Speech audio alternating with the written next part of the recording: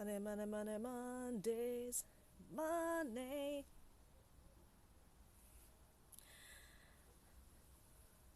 Do I reveal my frustration about travel, adventure travel, or do I stay on topic about coins, currency, and banknotes?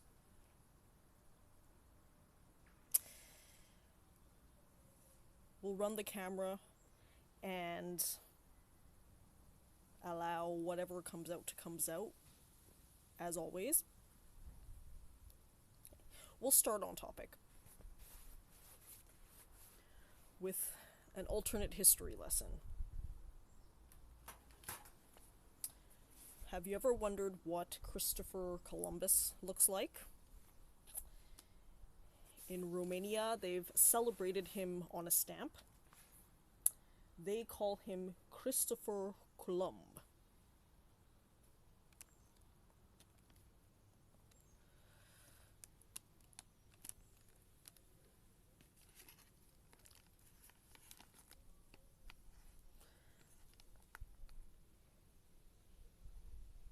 There he is.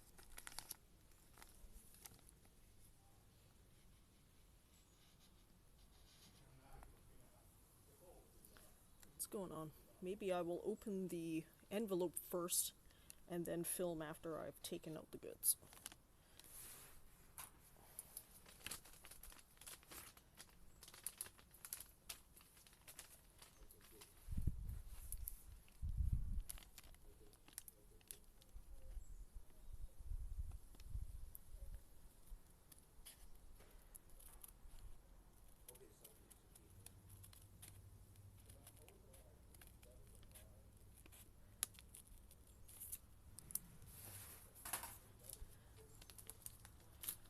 Should that be enough? Ugh.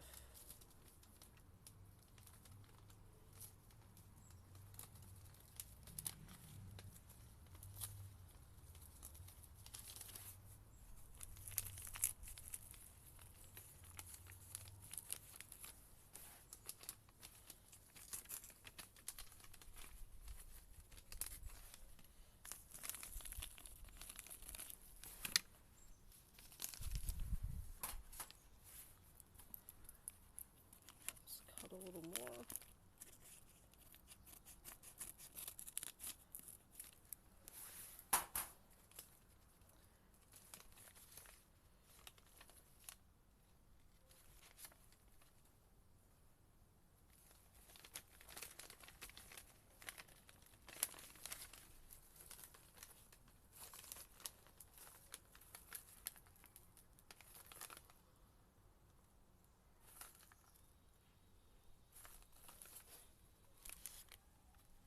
Okay.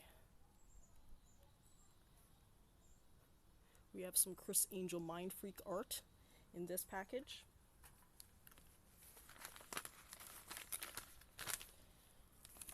And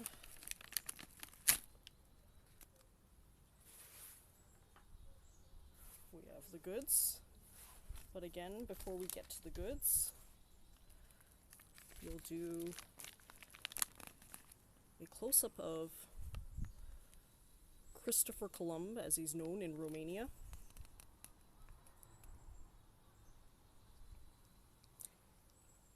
Many people will remember that Christopher Columbus sailed the ocean blue in 1492. He discovered America, but was he the first European in America? The first European was actually Leif Erikson, who landed on present-day Canada. But of course, Columbus had better marketing, better PR. He had his version of a Kellyanne Conway.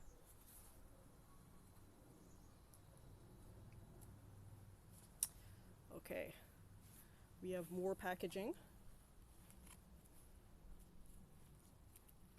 to protect the goods that took 2 months from Europe.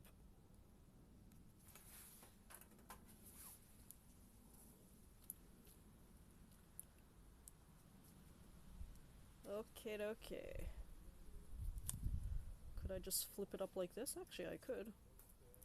Or I will just cut the tape over here and lift the goods. Oh, taped again and again and again on this piece of cardboard.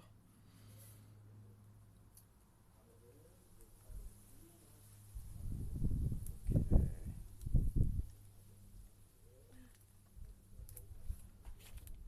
What I'll do is cut the coin out, but leave it in its protective plastic pouch, except, is it? Yes. Just had to check it is actually in the pouch. That felt like it was taped over. Ugh. Okay, there we go. More. Okay. Okay.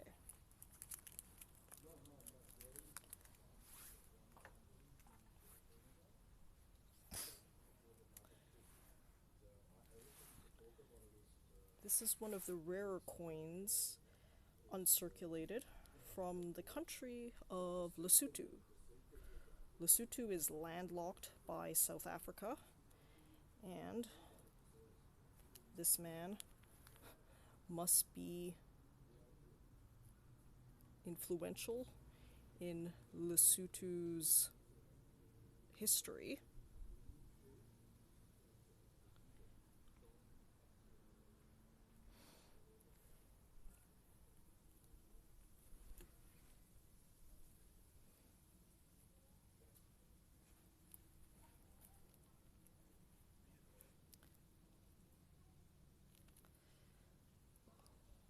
This is a Lesotho Licente.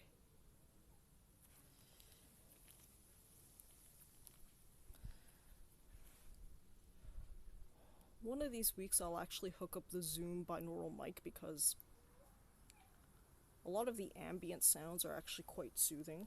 For example, the gentle wind blowing from ear to ear.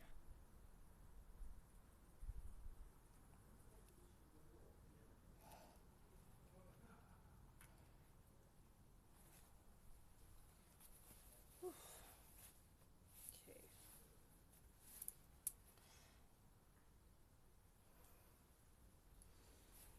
Now I'll continue with the 2 pounds of coins that I've loosely sorted through. Thanks to a friend for that 2 pounds of coins. 2 pounds is roughly 200 plus coins.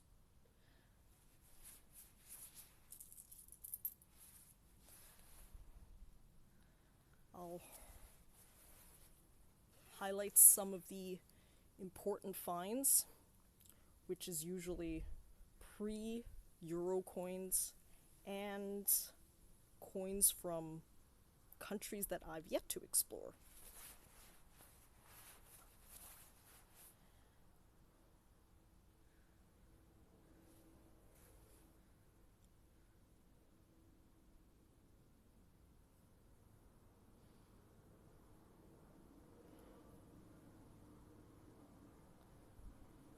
We have 25 pesetas from Spain, España.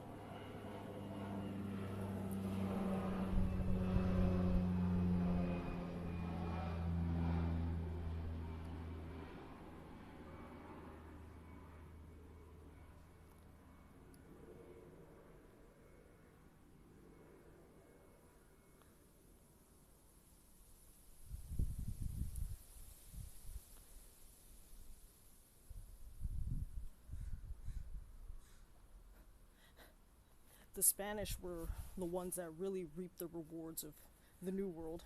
After they heard about it from Columbus, they essentially ransacked the entire continent.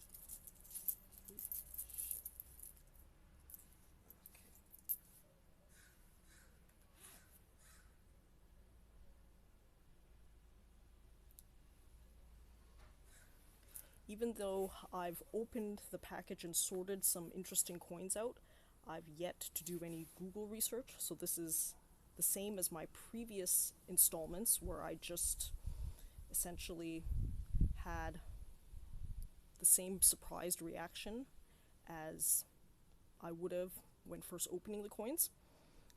I'm also only imparting knowledge from my brain only. Again, no Googles. So, I speculate that this lion head coin is from Africa.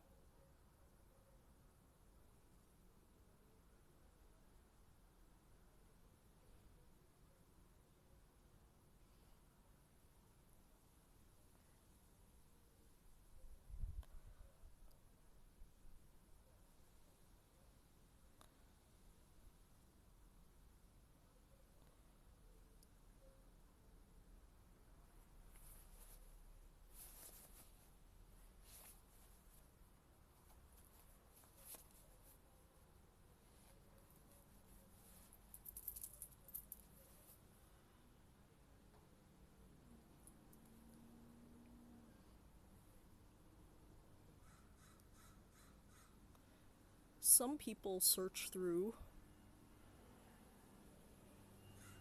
pounds and pounds and pounds of coins for silver,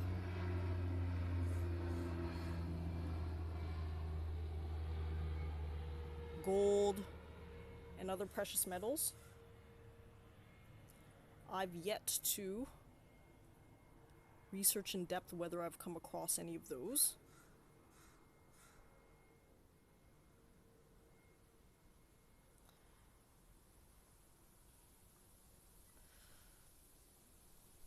This is a pre-Euro French coin.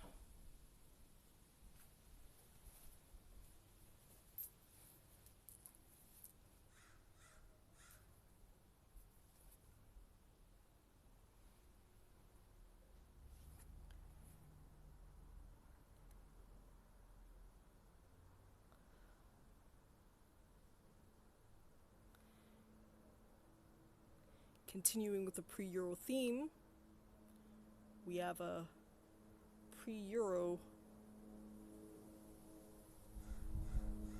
Italian coin.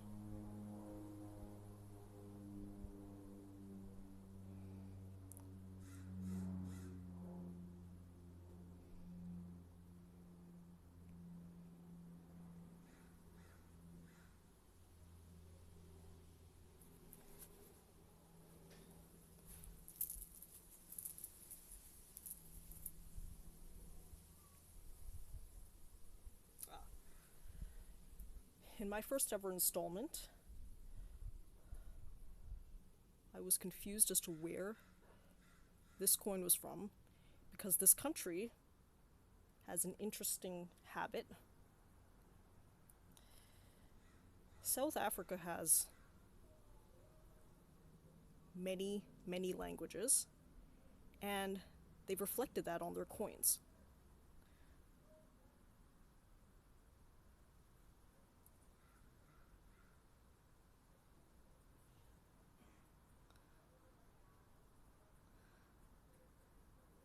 The ones that I encountered when I was in South Africa myself had Afrika Sud. When I came across coins with different inscriptions, I was naturally thrown off. But this is indeed a South African coin.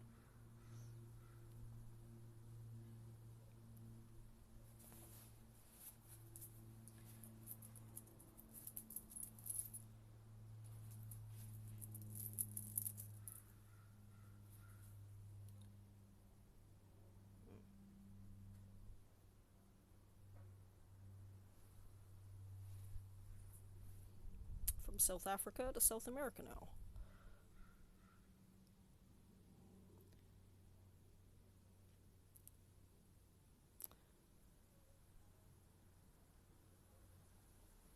This is a country very near, or even sometimes part of, Iguazu Falls.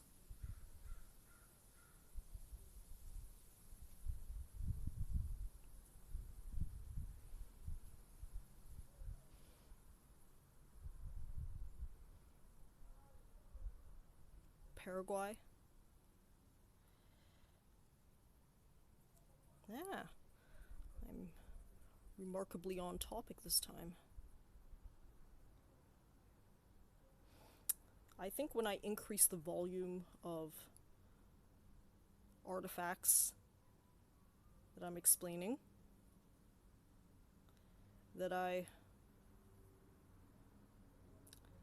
decrease my ability to storytell.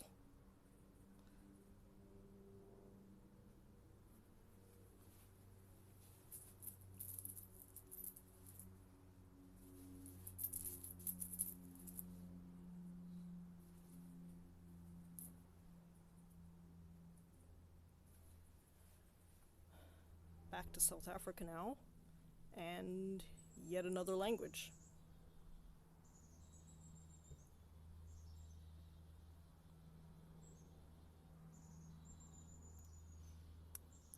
In South Africa, one of the cultural enrichment activities I attended was a language lesson from a local, and I've forgotten every single fucking thing. But I recorded it so I can always brush up on my language skills after the fact. That's also why I remind people to fact check me, because in some ways my vast number of countries visited decreases my ability to remember facts from any single country in particular, so I sometimes mix facts up.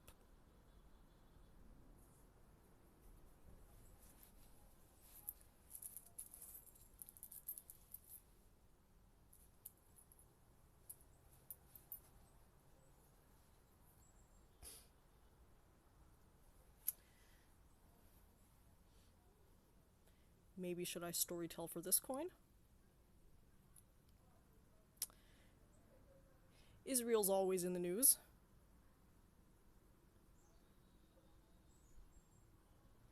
One part of Israel that we're told to be wary of is the West Bank, Gaza Strip. But of course, in some of these areas, for example, the walled city of Jerusalem, when left to wander alone, you can sometimes accidentally wander into these areas of caution, which is what I did when I was in Israel.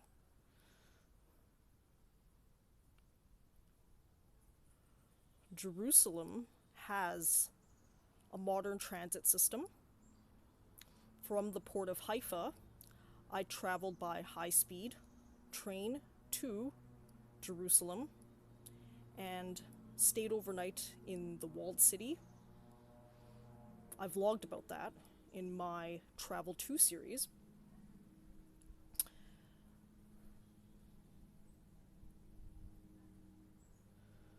We explored secret archaeological sites in Jerusalem, including what's called the Soft Wall.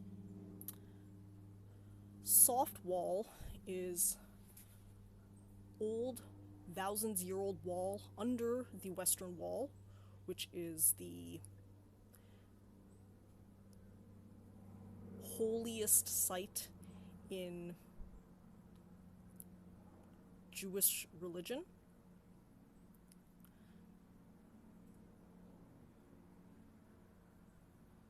But while wandering around, before coming upon that soft wall, we wandered into the West Bank. How we found this out is that we tried to use our supposed universal transit pass on a local bus. A local Palestinian refused us because they have a completely separate bus system that takes cash only.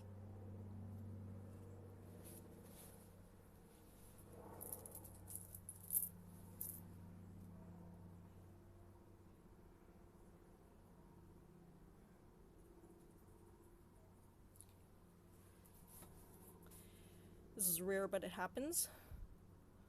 We have another coin that I'm just as bewildered as you are as to where it's from. What's hard about these coins is that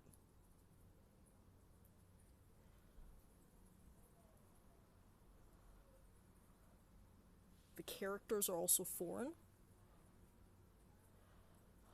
For example, in my first world coin installment, I could at least recognize Arabic on a coin. That coin, after research, was from Tunisia. This one, I've no clue.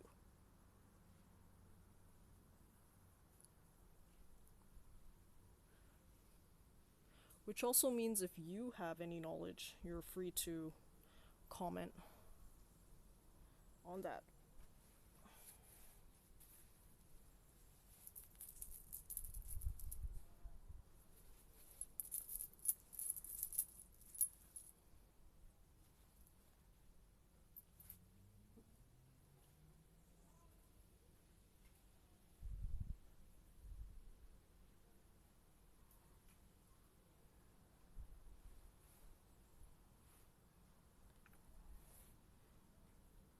Is this the tallest mountain in the world, Mount Everest? It very well could be, because this coin is from Nepal, where Mount Everest stands proudly. Although, obviously, without any tourists this year. Is this the time where my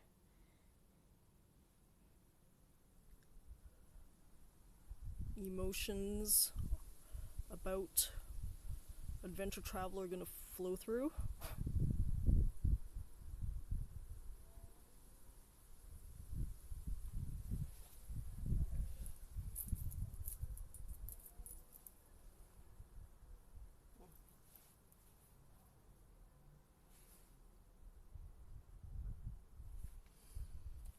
Yes, it is.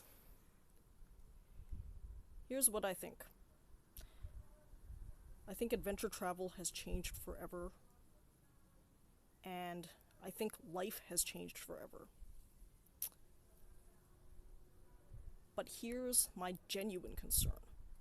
It's not coronavirus.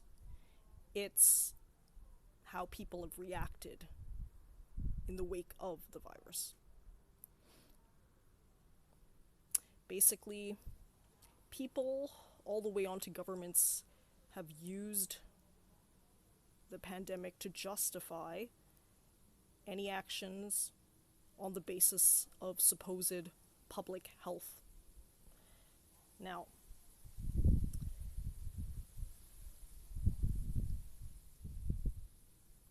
here's where I have a problem. At least in a country like Canada, we've been deciding by expert committee. So, public health experts, actual medical doctors, have been designing our public health response. Do I think it's been heavy-handed?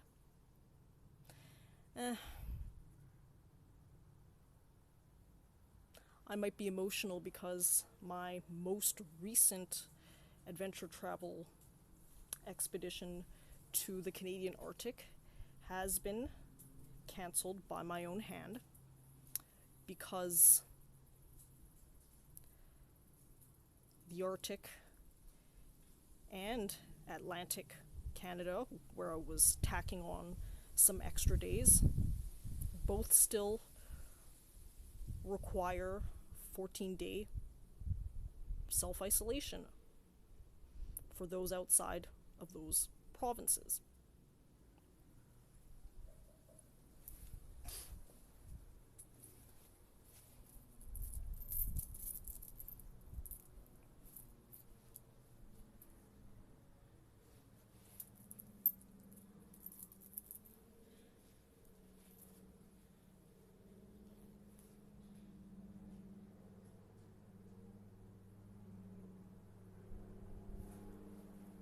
What I'm concerned with is whether people understand what they're aiming towards anymore, because some regions or countries, like New Zealand, seem to be aiming for completely sterile 100%, no caseload, which you can accomplish by completely draconian measures.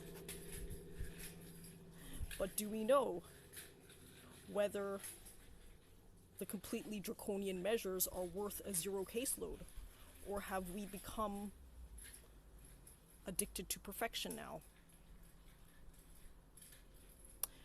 We have many, many problems in many, many countries, the scope of which far exceeds Corona. For example, in my province of BC, more people died last month from drug overdose than COVID, motor vehicle, and suicide combined. So,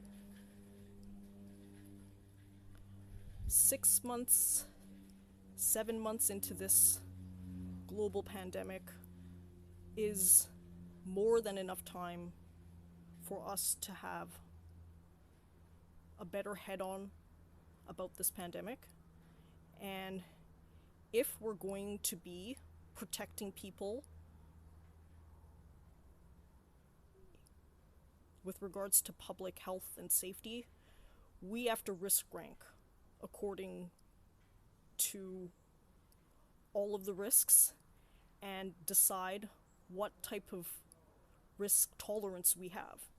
Because I think this piecewise approach is falling apart for many people, and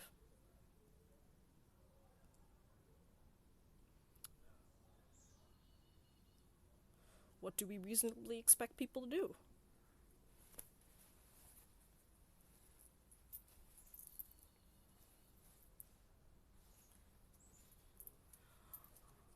As much as people have flamed Joe Rogan for his response, I agree with part of what he's suggested, which is,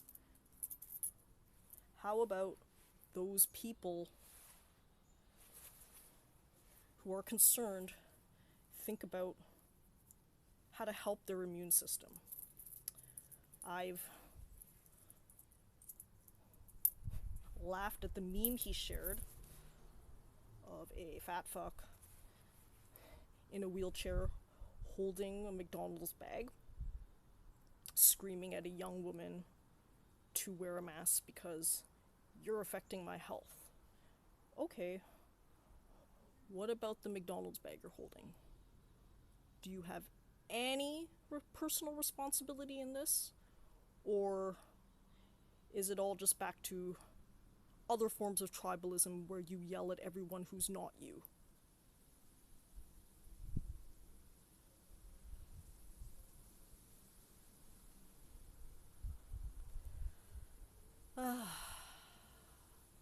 Yes, I'm annoyed that my Arctic expedition is cancelled, and this is the frustration you get from me.